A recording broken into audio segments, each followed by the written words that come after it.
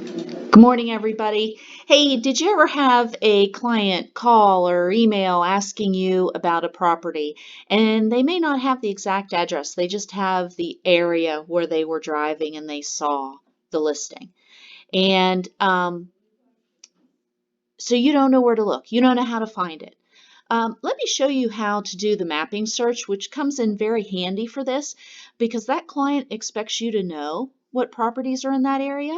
And so if you go into the MLS, if you're in Ohio or up in Weirton, and go to search, I always go to cross property because if they saw a sign, it may have been a directional that isn't on the actual property that's for sale. So, and it may be commercial, it may be a rental, it might be a house. Okay, so go to cross property, and only because sometimes signs are left on properties after they're no longer on the market, I will click on select all statuses so that I can see what may be in that area. I go to map search. I zoom into the area. In this case, the person asked for a commercial property on 148 or 149 down near Powhatan, okay? And they did not have an address. So if I zoom in down towards Powhatan, and I'm just scrolling on my mouse, but you could also click this plus sign up here or minus if you had to go out. And here's Route 148, okay? 149 is clear up at Blair, I believe. Um, and so I know if they're down in Powhatan, they're talking of 148. And I can check this rectangle here if I wanted to and select all of 148 down near Powhatan and then go into my list of properties. Or I can just zoom in and start clicking on these properties to see what they look like and ask the client, is it a ranch with a 2-car garage on the right side with 2 garage doors?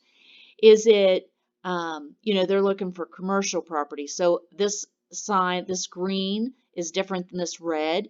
This is this is a sold property. This is a active piece of property.